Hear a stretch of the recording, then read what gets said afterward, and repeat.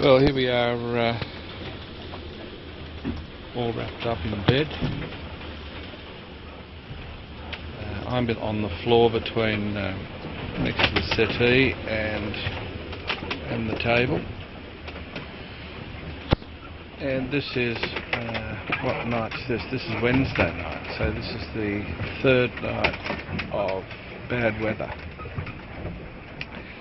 And up till now we've been taking watches, and 3 or 4 hour watches through the day and night. And the trouble is, these seas are so big that they're just breaking over the side of the yacht and drenching us in the cockpit. And so when we come up, we get absolutely freezing out there because the temperature's around about, Jesus, did you hear that hit and bang? The temperature's around about 15 degrees, and so when you get thrashed by a wave like that you just heard hit the side of the boat there, you just get completely drenched and frozen. So we'd come in and just fall onto this bunk where I am now and just drench the bunk, and then when it was time to change watches, so Chris would come in, sleep in the same bunk, he'd fall into it all wet too, the bedding which is soaking wet. So we've just been freezing for about 48 hours. And finally we just couldn't do it anymore, so we're just relying now on the self-steering out there to do its job, and we just lie in here and wait for everything to finish, wait for the whole horrific ordeal to come to an end. Chris described it pretty well a while ago. He said it's a mix of boredom, fear, with a bit of nausea tossed in for good measure.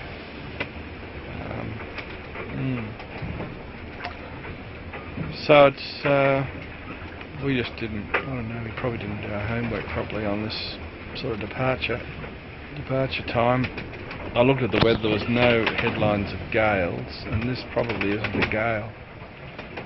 But 35 knots are still strong winds, and they're pretty much mountainous seas out there. But the yacht, for its size, is doing a fantastic job. It's amazing when you're out there in the cockpit and you see these waves towering over you, and she just floats over the top. But sometimes, like a minute ago, periodically you'll get a rogue wave coming in from a different angle and hit the side of the yacht and really give it a thumping. And I suppose our fear is that we'll get a knockdown, and the boat, of course, will right itself, but you can do a bit of damage in a knockdown to yourself as well as the boat, because you get thrown around the cabin. Yeah, so that's the state of play. Nothing we can do about it. We just got to hang in here and see it through. It'd be nice to have the snorters here to keep our feet warm. But there we are. So we'll catch you in the next episode, hopefully with some lighter winds. We've asked Millie to intervene and even drop the winds down by...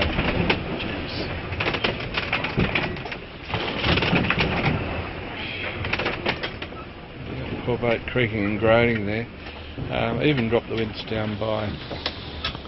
That wasn't a very good angle, was it? Even drop the winds down by 5 knots. That was nice. Yeah, so... we're also thinking now that we've been driven so far south with this front that we won't be able to get favourable winds to get us up to Hawaii. So we might have to finish up going through French Polynesia which begins with an island called Nuka Hiva. So that's 2,490 nautical miles away on our GPS, and currently that is exactly the heading that we've got. We've got that heading because it is the best angle for the waves.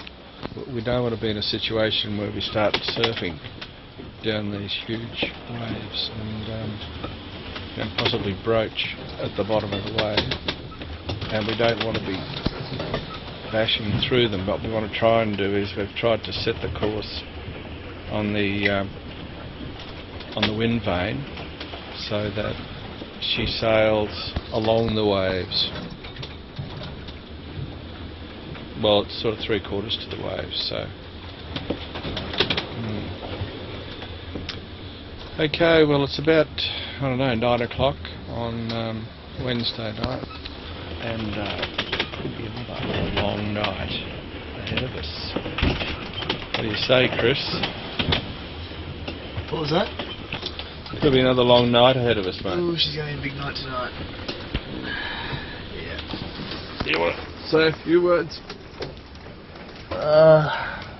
Let's see. I think you covered most of it there, John. Yeah, strong winds. Not ideal. Pretty frightening stuff. Oof, shit. But just gotta hang in here, see what happens. So we'll catch you later. Signing out. It's hard to find it because it's in the opposite corner.